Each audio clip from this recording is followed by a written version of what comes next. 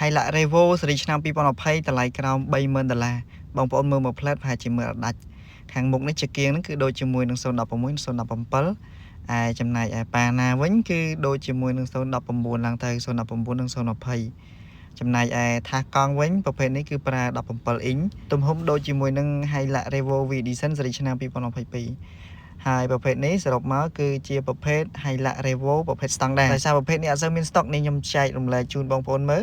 ហើយក្រុមហ៊ុនយើងមានតែមួយគ្រឿងគត់ប្រភេទស្តង់ដារនេះក៏មិនសូវជាសម្បូរស្តុកដែរចឹងផ្នែកខាងក្នុងគឺស្តៀងជាមួយនឹង Hilux Revo function អីកញ្ចក់អូតូគឺមានដូចគ្នាមានកដោបលាសេរីកញ្ចក់ឆ្វេងស្ដាំកៅអីខាងក្នុងពណ៌ខ្មៅហើយអូតូផ្នែកតាកុងដូចគ្នាផ្នែកលើចកោតក៏មានដូចគ្នាមានកន្លែងតឡាងបន្ថយសំឡេងដូចគ្នា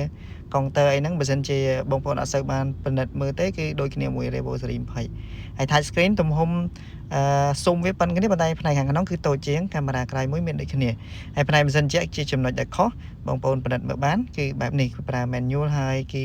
ជាប៊ូតុងកាច់អត់សូវមានចុចទេប្រភេទស្តង់ដារនេះគឺមានកាពីតាសដោយបំពាក់មកជាមួយនឹងម៉ាស៊ីន 2.8 ដូចជាមួយនឹង Rally និង Revo Premium ដែរ 2.8 កម្លាំងសេះ 175 សេះប្រអប់លេខគឺ6វគ្គអូតូនិងមានលេខដៃនេះគឺខ្ញុំសាកដាក់លេខដៃគឺ speed របស់វាដល់6វគ្គហើយសម្រាប់ប្រភេទនេះដែរម៉ាស៊ីនគឺធន់ដូចគ្នាអញ្ចឹងម៉ាស៊ីនតែមួយគឺម៉ាស៊ីន 2.8 លីត្រ GD engine ផលិតកម្លាំងសេះ 175 សេះនេះ